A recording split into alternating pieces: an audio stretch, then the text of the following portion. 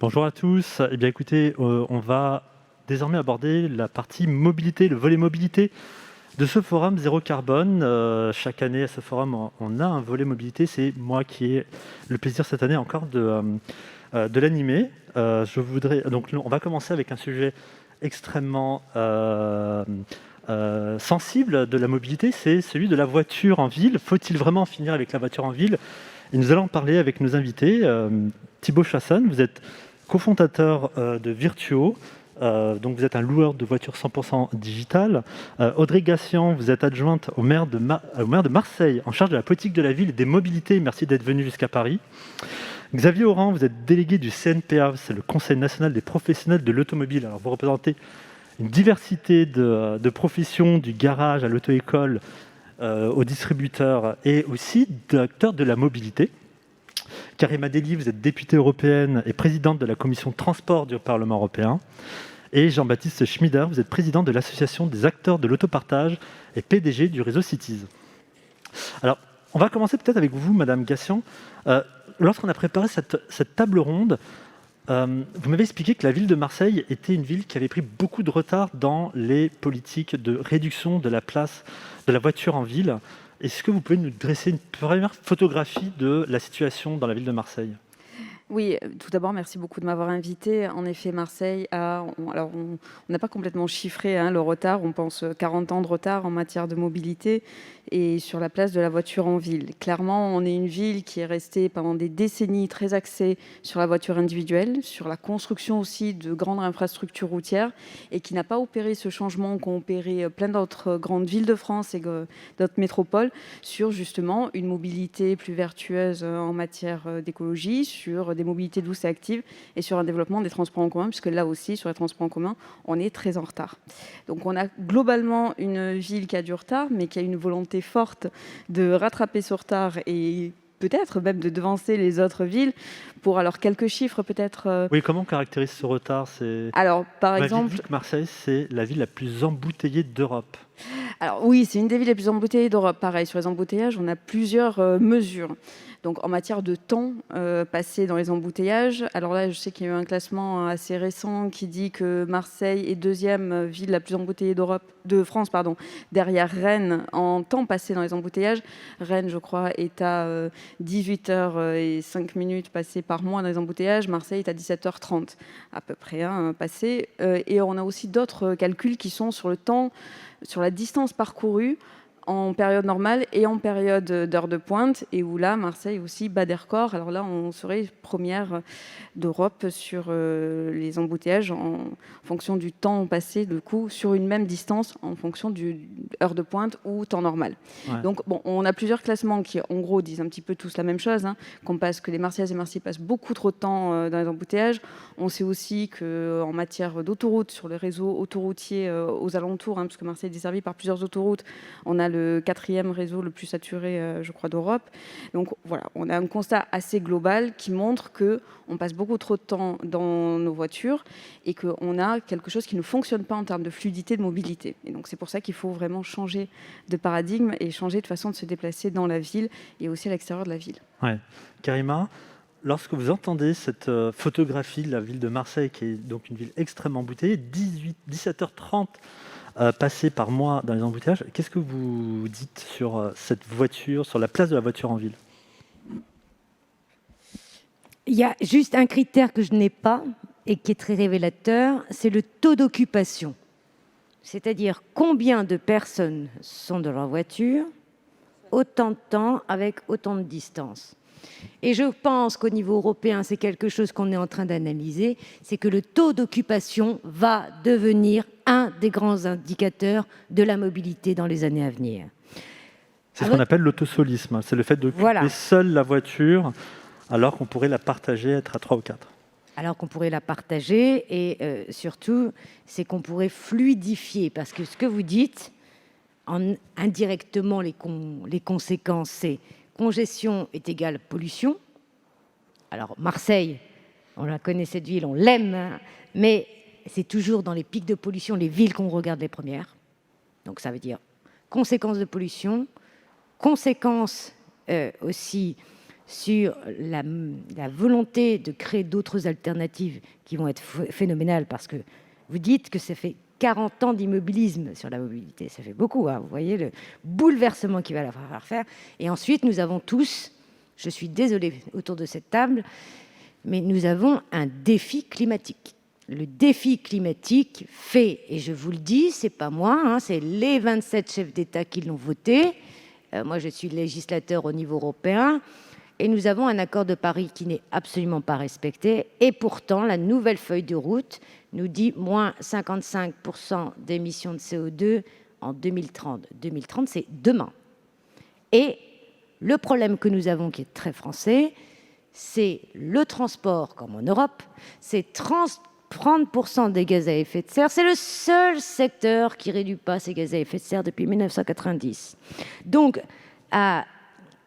aux élus de Marseille, je leur dirais deux choses. Vite investir dans les alternatives, mais partez surtout des usages. Il faut partir des usages, des habitudes des gens pour pouvoir créer des plans de mobilité intelligents. Autrement, c'est la puissance publique qui invente des millefeuilles.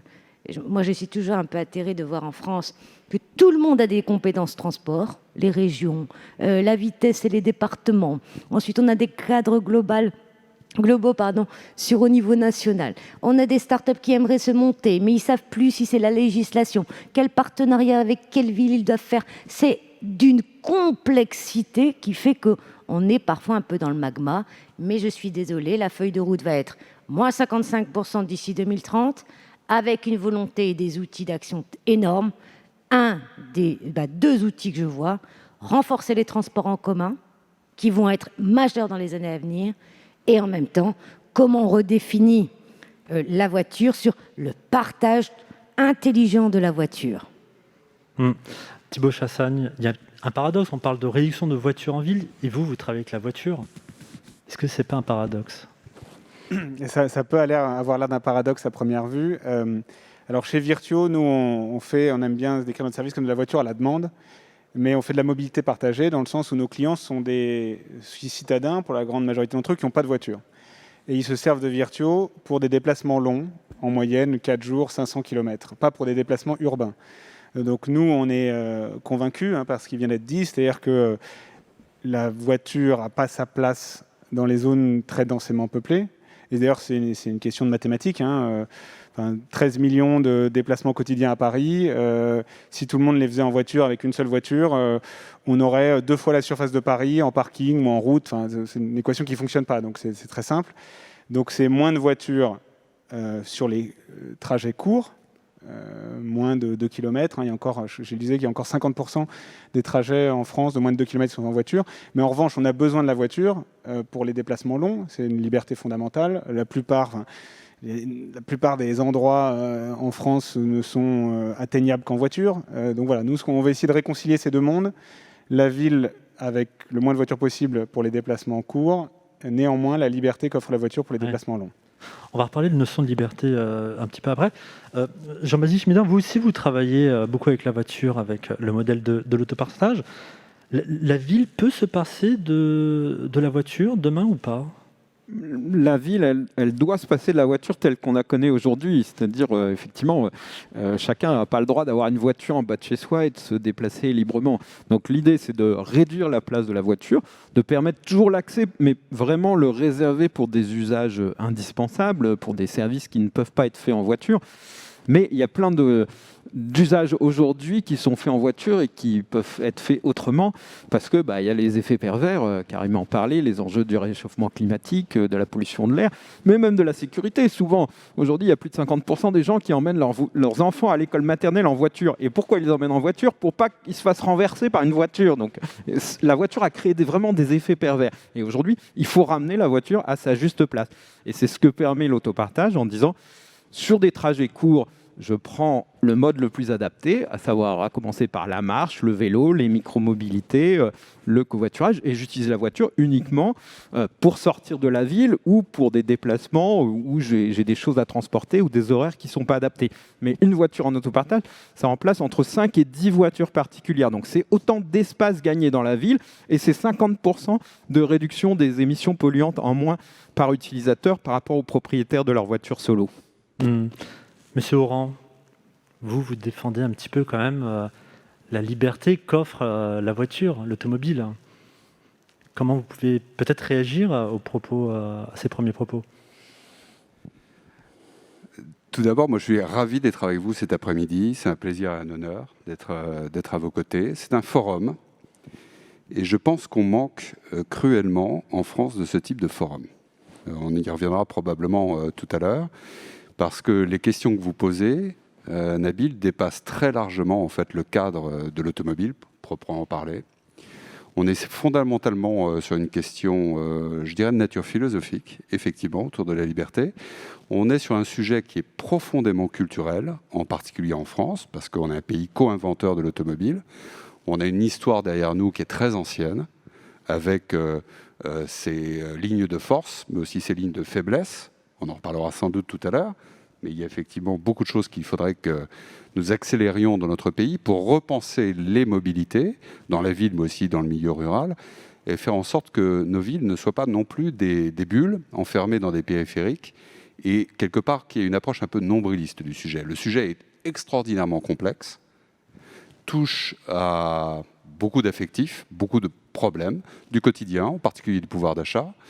Et je pense que les mots aujourd'hui qui définissent l'automobile sont en train de changer. On passe de manière un peu, je dirais, insensible, d'une automobile passionnelle à une automobile aujourd'hui où les mots qui la caractérisent sont plus des mots autour de beaucoup plus rationnels, une approche beaucoup plus rationnelle. On vient de toucher du doigt à l'instant. On est dans un moment, Karima le disait tout à l'heure et elle a parfaitement raison, qui est absolument majeur. C'est ce qui nous rassemble d'ailleurs ici. C'est l'objectif zéro carbone. C'est un objectif absolument essentiel pour tous au niveau mondial. Et donc on voit là encore que l'approche, il va falloir transcender un certain nombre de clivages pour ou contre la voiture, en ville, pas en ville, etc. Dans le monde entier, les besoins de mobilité vont être multipliés par 2 au cours des 20 prochaines années. C'est ça la réalité.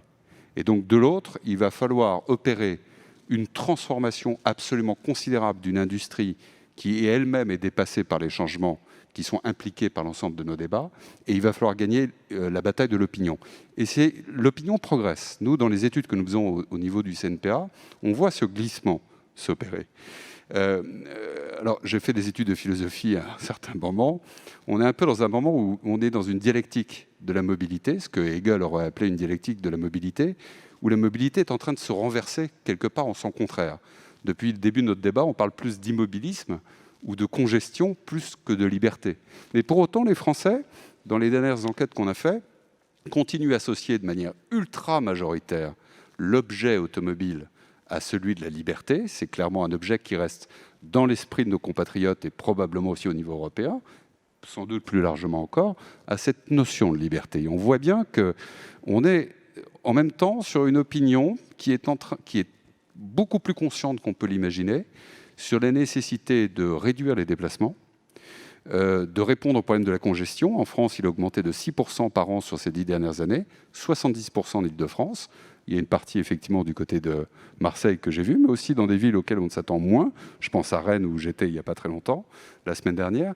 Donc on touche du doigt une problématique qu'il faut prendre par le grand bout, parce que votre forum s'appelle Zéro Carbone, mais je pense qu'il faut aller plus loin. C'est le zéro absolu qu'il faudra viser. Le zéro absolu, c'est zéro carbone, zéro émission, zéro congestion, zéro accident. Et ça, je pense que la filière que je représente en partie cet après-midi est capable de tenir ce cap. Mais pour tenir ce cap, et on en reparlera certainement dans quelques instants, il faut dépasser un certain nombre de clivages, de conservatisme, en particulier en France, pour être au rendez-vous des objectifs climatiques qui sont là dans 10 ans. C'est-à-dire que ce forum zéro carbone, il faut avoir cette notion de vitesse. On est rattrapé par les enjeux et il va falloir considérablement accélérer sur l'ensemble des composants de notre écosystème, ville comprise, mais je pense qu'on aura l'occasion d'y revenir. Donc oui à la liberté, bien sûr. Ouais. Attention aussi, juste un dernier mot, Nabil, on est dans une sorte de présent un peu éternel en ce moment. C'est-à-dire qu'on est encore sous une pression du Covid, on est masqué. Enfin, je veux dire, on a un mal fou les uns les autres, entreprises compris, à se reprojeter, alors que la pression du temps n'a jamais été aussi importante qu'aujourd'hui. C'est une réalité aussi.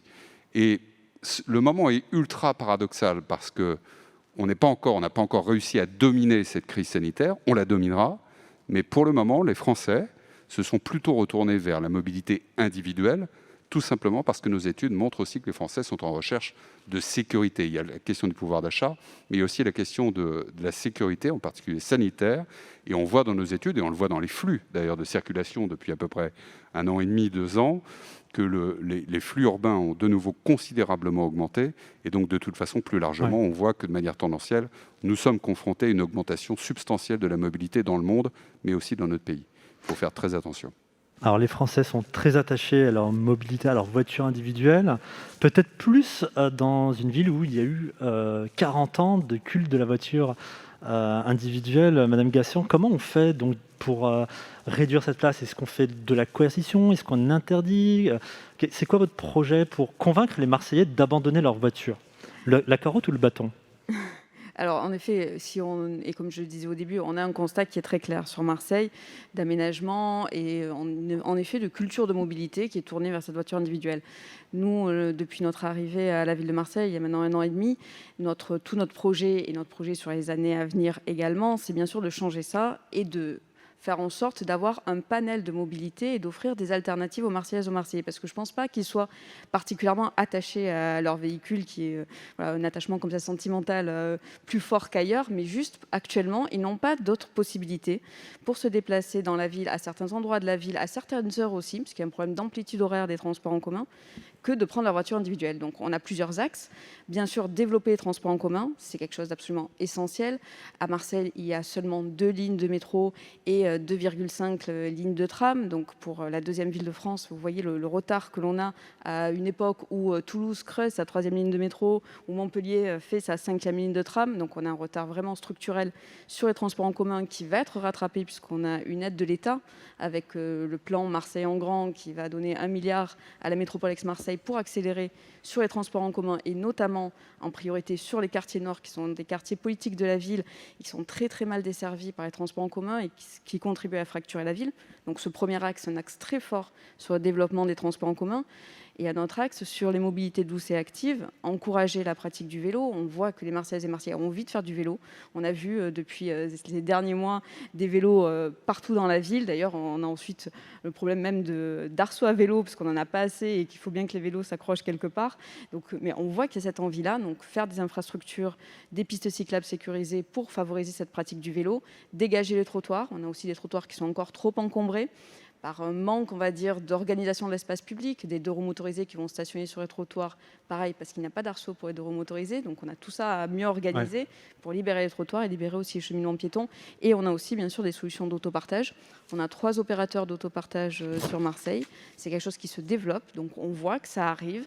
C'est encore progressif, hein, c'est pas une explosion, mais c'est quelque chose plutôt qui se développe aussi plutôt la carotte que le bâton. Pour le moment. Alors, plutôt la carotte que le bâton. En fait, c'est même pas la carotte, moi, c'est offrir d'autres possibilités. Pareil, on est sur les micro-mobilités, on a maintenant les trottinettes électriques à Marseille. Mais est-ce qu'à un moment, quand même, vous n'allez pas passer quand même à un peu plus de coercition? Parce que est-ce que les gens ont envie de basculer s'ils ne sont pas contraints? Est-ce que ça, c'est pas quand même quelque chose de...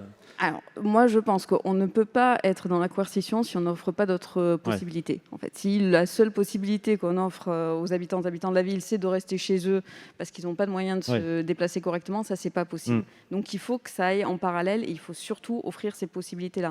Ensuite, on a d'autres enjeux aussi qui viennent à nous, qui vont être portés notamment par la métropole Aix-Marseille, qui est la zone à faible émission mobilité, qui doit être mise en place sur le centre-ville de Marseille. C'est un enjeu fort pour notre ville, pour changer notre ville, pour faire de Marseille une ville plus verte, mais il faut le faire aussi de façon concertée et aussi en prenant en compte les problématiques des habitants aussi les plus précaires.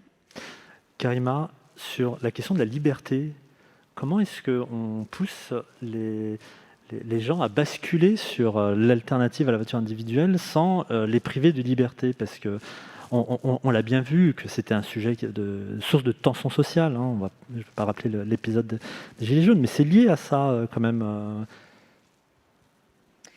Sur la liberté, alors c'est un débat très, très philosophique, Xavier l'a rappelé, mais de quelle liberté parle-t-on? La liberté s'arrête aussi là où commence celle des autres. Et là, on commence à avoir des problèmes. Quand on a une étude qui dit, dans les cours d'école, notamment ici, à Paris, où le taux d'émission dû aux véhicules explose, la liberté, ma liberté parce que je prends ma bagnole et que je pollue des enfants qui n'ont rien demandé, ils sont dans la cour d'école, j'ai un problème. D'où, à un moment, le cadre législatif qui est là et qui va donner une nouvelle piste parce que ces enfants-là n'ont rien demandé sur la pollution de l'air. D'où des zones à basse émission. D'où le fait que la réglementation va aussi toujours protéger d'abord... Si elle est électrique, ma voiture, j'ai le droit d'avoir... D'abord les plus vulnérables. On a parlé, et tu as raison Xavier, de parler de la sécurité routière. C'est un très très grand sujet, même au niveau européen. On pense, au niveau européen, c'est quand même 25 000 personnes qui meurent chaque année sur nos routes. C'est énorme, en fait. Vous voyez, on n'en parle quasiment jamais, mais c'est un gros, vrai sujet. Que vous soyez en électrique ou en thermique, Monsieur Bourassi, la question, elle n'est pas là. La question, c'est que la voiture crée des accidents. Et donc, là aussi, nous, législateurs, on est là pour anticiper. Et comme le dit très bien Xavier, le problème que nous avons sur ça, c'est qu'il n'y a pas de prospective réelle sur la mobilité. Pourquoi je dis ça? Qui a vu le phénomène Uber arriver en France? Uber, ce n'est pas des constructeurs automobiles. Hein. Vous voyez? Qui l'avait vu il y a 10 ans? Personne. Le Covid nous a amené aussi une nouvelle chose philosophique. C'est de repenser le temps et repenser notre manière de bouger. Et là, ça devient très important sur la question de la liberté. Moi, la liberté, quand je regarde l'ensemble des études européennes, les citoyens veulent de la liberté de choix. C'est-à-dire, ils veulent aller du point A au point B sans perdre de temps dans les transports, sans ne pas savoir à tel horaire. J'ai notamment l'information qui me dit je peux prendre soit un transport en commun ou soit une trottinette ou tout ce que vous voulez. Et au fait, là aussi, on n'a pas la véritable, entre guillemets, mais l'accompagnement de tous ces usagers, même des transports en commun, qui fait qu'on donne envie aux transports en commun d'être pris. Et la troisième chose, c'est qu'il faut aider les transports en commun. Parce que vous l'avez dit, le Covid a fait que les gens reprennent plus leur voiture en pensant que c'est plus sécurisé que les transports en commun, au point qu'on a inventé un mot en France qui est exceptionnel. On a inventé les coronapistes, des pistes cyclables. Ça a eu un boom, hein, tant mieux pour le vélo. Mais on a inventé des mots dans des infrastructures, ce qui n'est jamais arrivé, vous voyez. Donc, pour terminer sur la question de la liberté, moi je crois que la liberté, elle est véritablement le fait que chacun puisse disposer d'une accessibilité, d'une offre de mobilité. Et le problème, et je le vois à Marseille, comme je le vois à Rennes, comme je le vois dans des villes, parce que je fais quand même pas mal le tour de France et d'Europe, c'est que les gens n'ont pas le choix. Ils sont trop souvent dans une mobilité subie. Ce n'est pas une mobilité choisie, c'est une mobilité subie. Et là, nous, en tant que législateurs, comme vous, les acteurs de la mobilité, à un moment, il va falloir qu'on dessine qu'est-ce que c'est que la mobilité accessible, durable, mais une mobilité pour toutes et tous. Et là, on va commencer à dessiner une nouvelle offre. Et je pense que je pense qu'il n'y a pas les anti-bagnoles et les pro-bagnoles et machin. C'est pas vrai. La voiture ne va pas disparaître. C'est son usage qui va exploser et notre imaginaire qui va changer. Parce que, par exemple, en France, moi, mes collègues européens me disent « Mais la France, la voiture, c'est la DS. » Parce que DS égale Général de Gaulle, vous voyez. La voiture, elle est connotée par aussi une image de notre histoire qui est extraordinaire, et c'est les villes. Les villes ne sont pas Donc c'est- faites autour des transports en La commun. voiture individuelle est morte, vive la voiture partagée, c'est ça? C'est vive la voiture partagée, vive la mobilité qui soit accessible à toutes et tous et qui soit Ouais. durable. Je mets l'accent sur les transports en commun parce qu'on ne les a pas assez valorisés durant le Covid. Et je le regrette parce que ce sont des leviers d'action extraordinaires. C'est nos biens communs. Et quand je regarde les villes, et je parle celle que je connais le mieux, qui est chez moi, à Dunkerque, c'est extraordinaire. Les gens avaient l'habitude de prendre leur voiture. La gratuité, même si les transports en commun, quand on dit que c'est gratuit, c'est jamais gratuit. La puissance publique est là, donc il faut faire attention quand on dit Ça gratuité. coûte cher. Mais on voit que les habitudes ont changé parce qu'aujourd'hui, la gratuité, par exemple, des transports en commun, c'est devenu leur bien commun. Tout le monde se donne rendez-vous. On a des anciens qui se donnent, qui redécouvrent la ville ensemble, etc. Et c'est ça aussi qu'il faut faire demain. Thibaut, la voiture partagée, c'est le modèle si je comprends bien, qui est revendiqué. Mais est-ce qu'on a vraiment basculé de façon massive sur ce modèle-là? Est-ce que les usagers ont basculé? Est-ce qu'il y a un modèle, tout simplement? Alors, c'est pas encore massif, hein, je pense. Je peux prendre un exemple simple, c'est qu'à Paris, qui est une des villes les plus démotorisées d'Europe et du monde, il y a encore 400 000 voitures et en cumulé, on a peut-être 4 ou 5 000 véhicules partagés, quelque chose comme ça, donc on en est loin. Hein. Je pense qu'il y a un basculement qui est en train de s'opérer.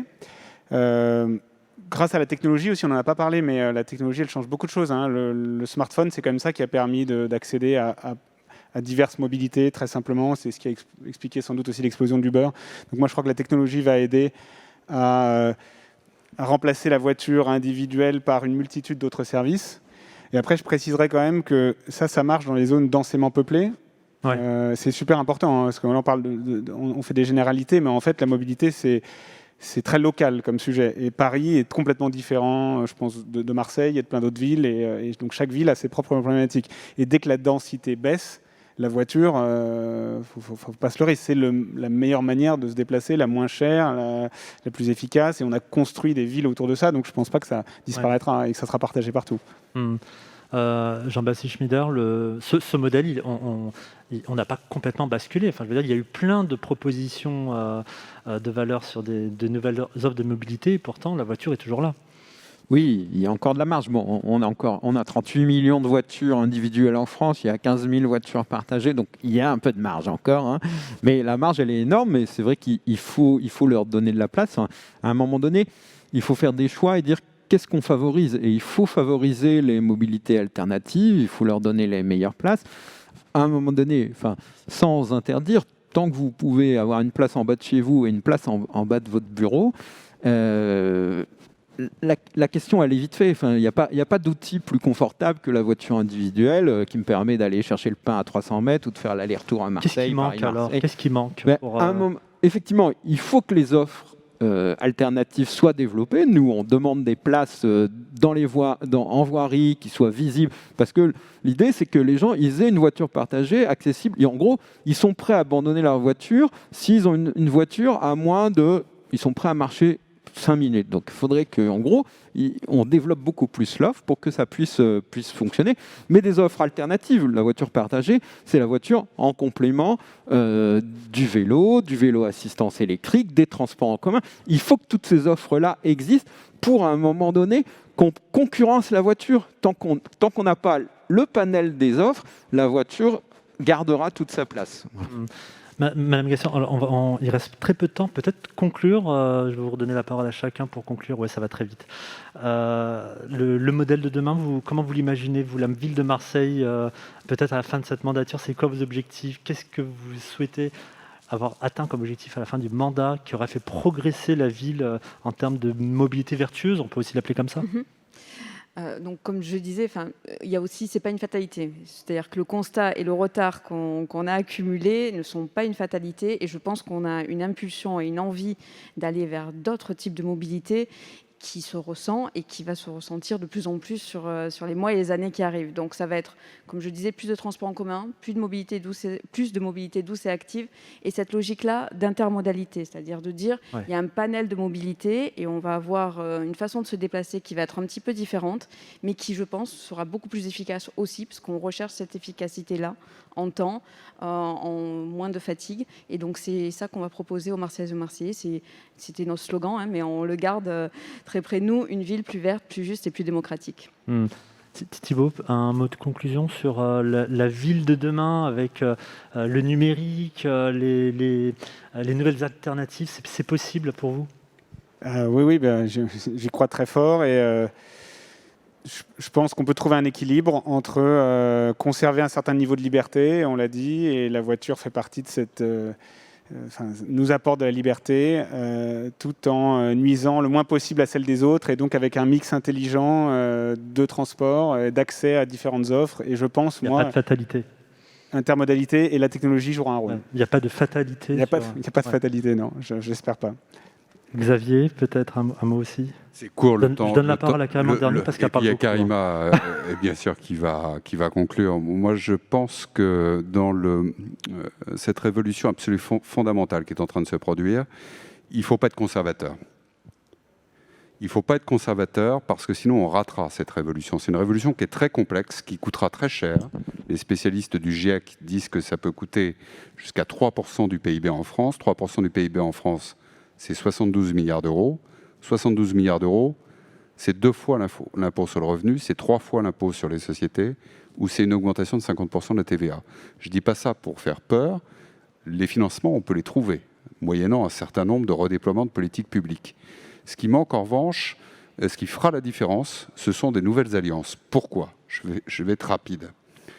On est passé d'une conception très verticale de la mobilité, plutôt dominée par le constructeur, avec une chaîne très stable et très classique, très conventionnelle. Pour bien comprendre ce qui est en train de s'opérer, c'est qu'on a changé de monde, on a basculé. L'approche est devenue beaucoup plus horizontale, entre un écosystème qui est en train de se recomposer, avec des nouveaux entrants, des nouveaux acteurs, différents des constructeurs automobiles.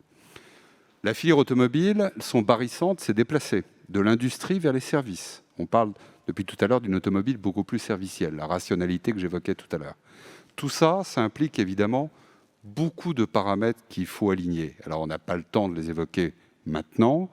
Je soulignerai simplement 2 points. Le premier, c'est sur un plan local, mais aussi sur un plan national. Il faut aligner un certain nombre de politiques publiques aujourd'hui qui sont désynchronisées et qui sont segmentées entre elles. L'habitat, les transports, l'urbanisme, l'écologie. J'y ajouterai Bercy avec les questions de financement que j'évoquais tout à l'heure. Au niveau national, la vision est beaucoup trop segmentée entre différents ministères. On est sur un sujet, encore une fois, dont on ne peut pas ignorer la complexité, le coût public et la sensibilité pour l'opinion. Et puis, mon dernier point, c'est constituer des nouvelles alliances. C'est ce que, modestement, à son échelle, le CNPA veut faire, parce que j'ai des membres autour de moi au niveau des startups. Je représente un mouvement d'entrepreneurs considéré à tort comme ultra-conservateur. C'est tout le contraire. On a créé à Station F, pas loin d'ici, à Station F, on a créé un accélérateur parce que ce qui fera accélérer les choses, c'est le client. Il ne faut jamais l'oublier, le consommateur, le citoyen. Le plus grand accélérateur, Karima a raison, c'est repartir du terrain, c'est ce que vous disiez tout à l'heure, des usages. Et pour reconstruire une politique de mobilité qui sera au diapason des défis du XXIe siècle, il faut penser autrement et conclure de nouvelles alliances. Au CNPA, on a créé une alliance des mobilités, on a créé un accélérateur, mais encore faut-il aussi que la puissance publique change totalement sa roadmap, sa vision et sa méthode de travail. Sinon, on ratera notre objectif totalement au niveau du climat, mais on ratera aussi un objectif de rebond au niveau économique par rapport à une filière qu'il faut totalement revoir et transformer. Voilà ma conclusion. Il y aurait beaucoup de choses à dire, mais c'est pour ça qu'on est venu ici. C'est un forum. Eh bien, il faut que ce forum se poursuive et surtout se concrétise pour mener, conduire, piloter, exécuter des politiques publiques beaucoup plus efficaces que ce que je vois jusqu'à présent. On y travaille. Jean-Baptiste Schmieder, un petit mot de conclusion également. Oui, je pense que beaucoup de choses ont été dites, non ? Enfin, c'est vraiment ça. Il faut repenser différemment. Il faut prioriser les modes et partir des modes les plus doux, effectivement, si on veut refaire la ville du quart d'heure, reconstruire la ville sur la ville, parce que l'espace, c'est important, hein, si on veut vraiment réussir ça, et repenser à partir de là. Mais effectivement, être capable de répondre au bon déplacement, au bon moment. À quel moment je peux me déplacer à pied, à vélo, en vélo à assistance électrique si c'est un peu plus loin, en transport en commun. Et si je ne peux pas le faire, à ce moment-là, effectivement, j'ai besoin d'une voiture et il faut qu'il y ait une voiture partagée à disposition à proximité. Madame la députée, votre mot de conclusion en 1 minute 05, Karima. Comme au Parlement, alors je dirais que la mobilité est un véritable bassin extraordinaire d'innovation, vous l'avez dit. Nous ne pouvons pas créer de l'innovation s'il n'y a pas des politiques publiques. Vous faites du covoiturage, de l'autopartage, si vous n'avez pas des infrastructures, ce qui n'existe quasiment pas en France, il n'y a pas de voie de covoiturage. C'est quand même dingue. Alors on dit les acteurs partagés, mais il n'y a pas de voie, donc infrastructure n'existe pas, donc ça ne peut pas marcher. Vous voyez, comme tu disais tout à l'heure, Xavier, il n'y a pas de ligne cohérente. Ensuite, sur véritablement la ville de demain. La ville de demain, tout le monde dit c'est la proximité. Mais faites attention de quelle ville on parle. Quand moi je suis dans certaines villes, il n'y a pas de service public, il n'y a pas de boulangerie, il n'y a pas de ceci. On est obligé de prendre sa voiture. Et donc là aussi, on a aussi une autre vision de la ville. C'est qu'est-ce que ça veut dire le quart d'heure, qu'est-ce que ça veut dire la proximité quand des gens vivent dans des villes où même à un quart d'heure, il n'y a rien. Et ensuite, la ville de demain, c'est une ville qui soit solidaire, durable, mais qui soit aussi enthousiaste. C'est quand même la crise des Gilets jaunes qui nous a rappelé que c'était fondamental, la mobilité. Pourtant, on a des mobilités à double vitesse. Donc, je conclus. La mobilité, c'est comme la biodiversité. Dans la biodiversité, vous avez des tas et des tas de joyaux à protéger. Et bien là aussi, la mobilité, il faut des joyaux d'outils pour que chacun s'adapte ou crée sa propre mobilité afin de retrouver sa liberté, sa volonté aussi de redécouvrir sa ville. On ne le dit pas assez, la mobilité redécouvre la ville. La troisième chose, c'est de se reparler. Parce que être tout seul dans sa voiture et perdre 3 heures, 4 heures, qu'est-ce que c'est triste dans nos vies. Merci. Merci beaucoup. Merci à tous.